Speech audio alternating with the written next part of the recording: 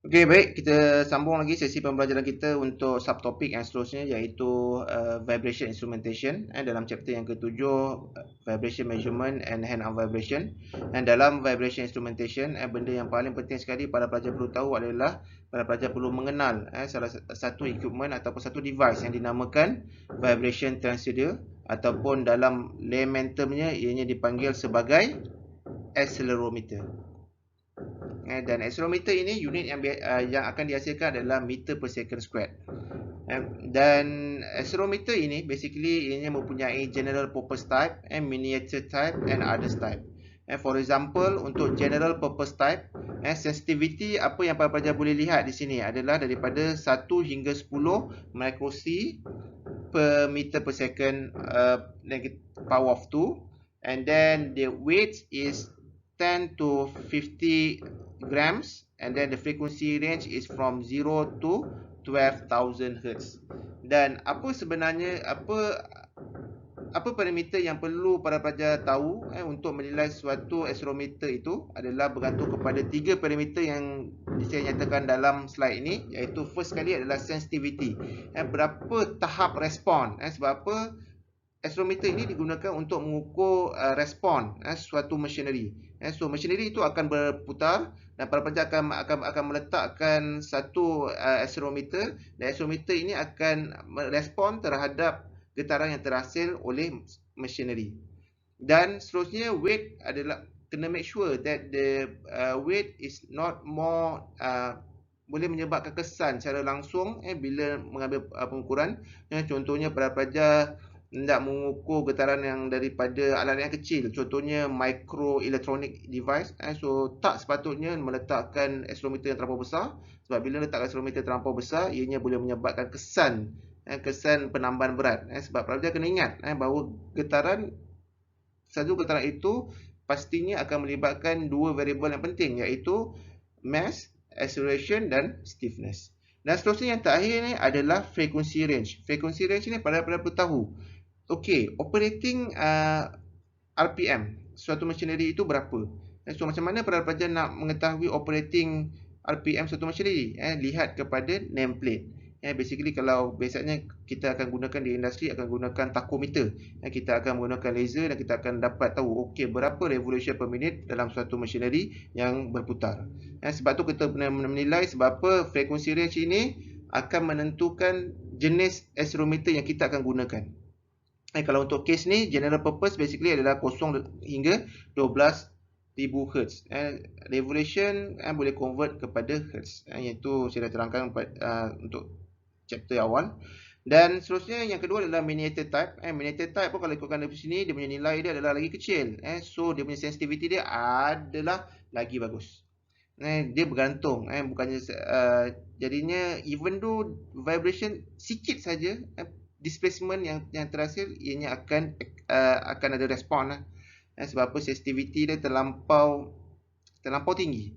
Dan weight kalau kita tengok sini ianya kecil, ianya tidak mengganggu kepada the whole sistem yang kita nak ukur, dan dia punya frequency range dia adalah lagi besar lah. Kita tengok sini hingga up to 25,000 Hz. Sebab apa? Sebab lagi tinggi frekuensi, jadinya lagi banyak oscillation yang berlaku dalam 1 second.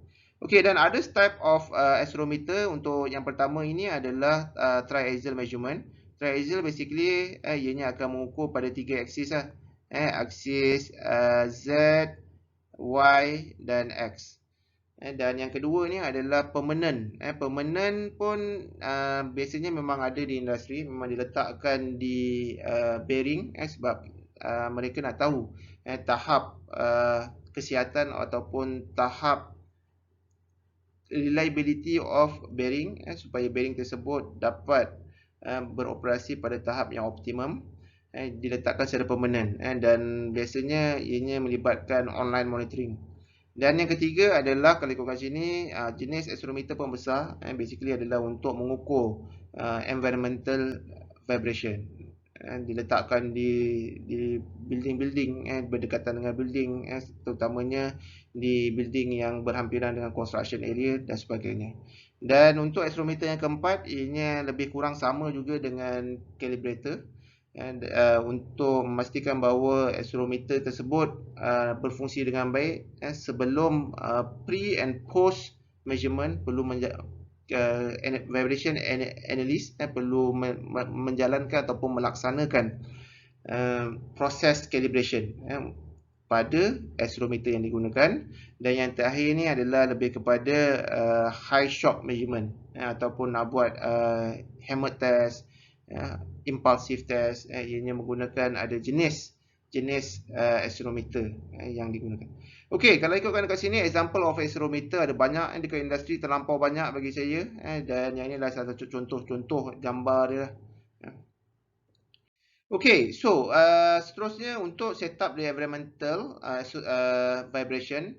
So apa yang perlu ada adalah accelerometer, dan kemudian basically akan ada standard sensor cable dan dikonekkan dengan ICP signal conditioner, output cable dan seterusnya kepada readout device, ataupun yang ini kebiasaannya saya gelar dia sebagai analyzer. Analyzer.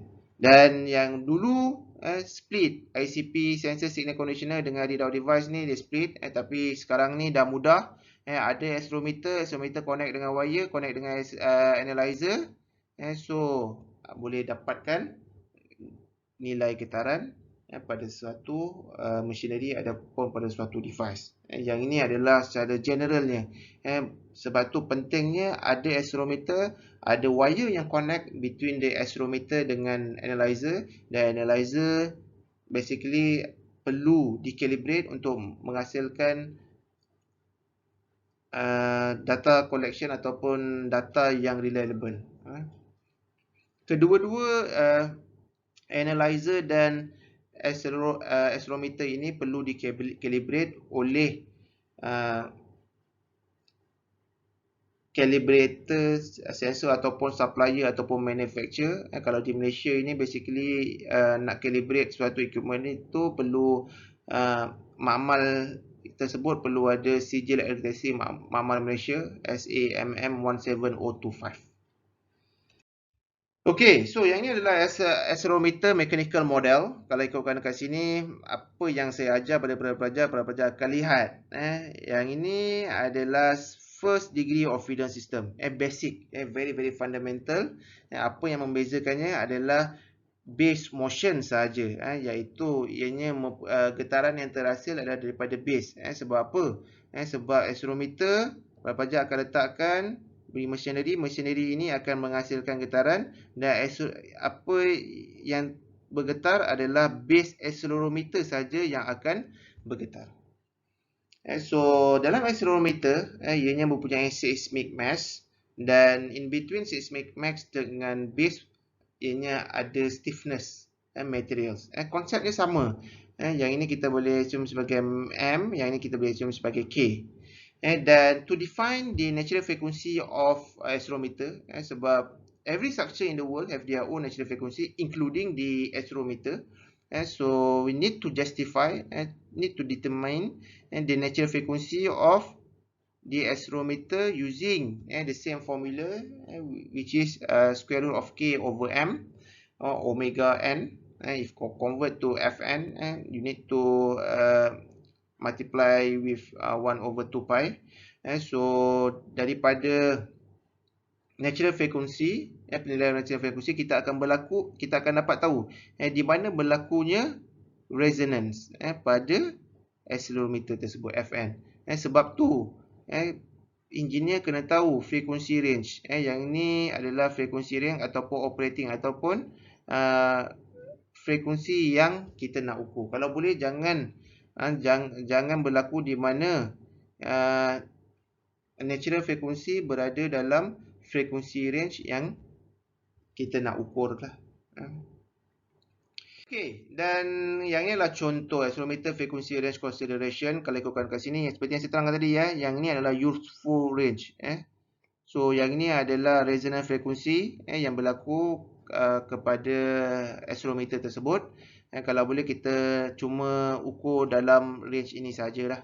Dan ianya mempunyai low frequency limit dan high frequency limit, dan don't worry, benda ni memang dah di clearly spell out dalam accelerometer specification. So just kita nak kena tahu berapa dia punya frekuensi range ataupun operating range untuk setiap accelerometer. Sebab ianya berbeza bergantung kepada nilai seismic mass dan seterusnya nilai stiffness materials yang digunakan dalam accelerometer. So ni adalah response lah. Response ni lah yang kita nak ukur sebenarnya. Kena ingat konsep respon adalah XT lah dalam parameter of time. Okey, kalau ikutkan kat sini, kalau pelajar lihat di sini, sensitivity yang di atas ini responnya adalah 4.5. Tapi sensitivity yang di bawah ini adalah 0.004. Dan respon kalau ikut kat sini, lagi tinggi adalah sensitivity ni lagi tinggi. Kalau lagi rendah, nilai sensitivity-nya akan lagi rendah terhadap respons. Dan kebiasaannya sensitivity yang rendah ini mempunyai frekuensi range yang besar jika dibandingkan dengan frekuensi range sensitivity yang tinggi. Yang ini adalah contoh bagaimana kita nak mengetahui ataupun kita nak menilai satu accelerometer. Okey, dan seperti yang saya sedia maklum bahawa setiap accelerometer mempunyai calibration card. Calibration card ini akan diuji ataupun hendaklah di renew ataupun di calibrate annually. Depends on the supplier or manufacturer recommendation. Dan apa yang penting para pelajar perlu tahu adalah voltage sensitivity. Setiap model, setiap accelerometer mempunyai model yang berbeza dan mempunyai serial number yang berbeza. Dan voltage sensitivity ini bergantung, biasanya kita akan menggunakan konsep of 1G equals to 9.81 meter per second squared. Dan voltage sensitivity ini penting. Kenapa penting? Sebab apa? Sebenarnya accelerometer ini dia convert daripada mechanical energy kepada electrical energy, dan daripada electrical energy ianya convert kepada mechanical energy baliklah dalam bentuk numbering. Sama ada ianya 5 meter per second square, 1.1 meter, depends on the input ataupun motion base yang berlaku pada accelerometer tersebut. Okey, yang ini adalah frekuensi range memang standard, memang diberikan. Yang ini contoh untuk case accelerometer ini, ianya boleh mengukur daripada 1 Hz sampai 10 kHz, and then output bias level is 11 volt, and then date is 31 Mac 93, by siapa. So yang ini yang lama punya lah, yang lama punya calibration cert. Tapi kalau yang sekarang punya normally adalah annual punya proses lah untuk buat recalibration untuk memastikan bahawa accelerometer tersebut memang reliable lah bila kita nak menjalankan pengukuran. Okey, yang ini adalah contoh vibration ataupun accelerometer handheld shaker. Yang ini adalah, bahasa mudahnya ianya adalah calibrator lah. Macam mana kita nak pastikan bahawa pengukuran yang kita buat sebelum dan selepas pengujian getaran, kita kena menggunakan calibrator. So calibrator basically yang ada di UTHM adalah jenis handheld. Kalau UTHM tu besar sikit, yang ni kecil, dia lebih kurang macam besar berat jugalah. Ianya akan excite vibration lebih kurang 10 meter per second squared, dan letak accelerometer di atas calibrator. So accelerometer akan bergetar dan dia akan menunjukkan respon. Basically kalau calibrator menghasilkan 10 meter per second squared acceleration, dan accelerometer tersebut kena menghasilkan 10 meter per second squared juga dia. Sebab nak memastikan bahawa apa yang getaran yang dihasilkan sama juga apa yang getaran yang diterima ataupun yang disimpan oleh data analyzer. So yang ini adalah model 394C06, dan applies a known acceleration to an accelerometer to check its sensitivity. Sama digunakan juga untuk check sensitivity juga lah. Okay, so bagaimana untuk mounting di accelerometer? Ada banyak kaedah. Kaedah to be benda yang biasanya saya jumpa di industri. Basically mereka akan menggunakan, kalau permanent type of accelerometer, mereka akan gunakan jenis stud, mereka akan drill dan kemudian mereka akan buat stud. Satu stud mungkin dia akan letakkan accelerometer di stud tersebut, iaitu untuk permanent online monitoring. Dan somehow yang biasanya yang saya nampak mereka gunakan jenis adalah magnetic mounting base. Yang ini memang selalu lah.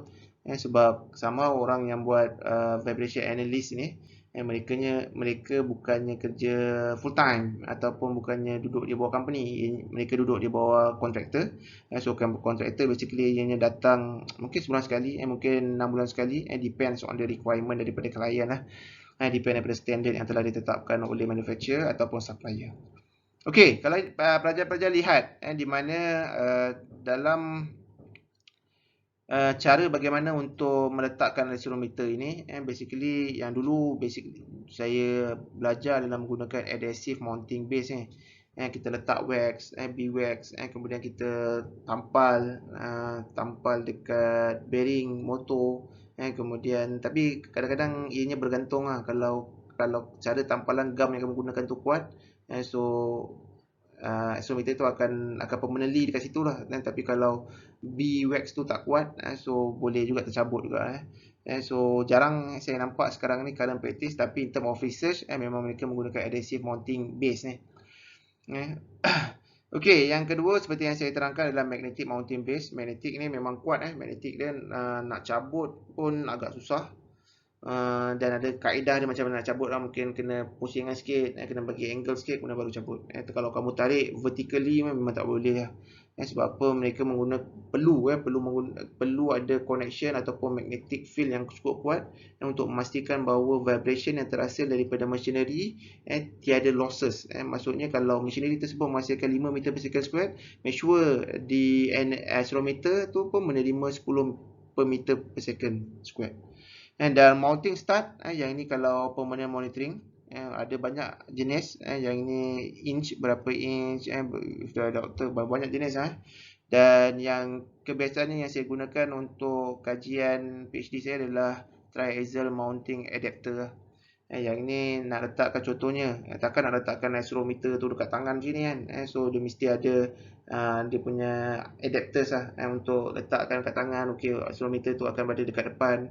So itu adalah standard yang industri gunakan, yang telah disediakan oleh ISO. So kita sebagai researcher ataupun sebagai engineers just follow as what the standard mention lah. So yang ni adalah jenis-jenisnya.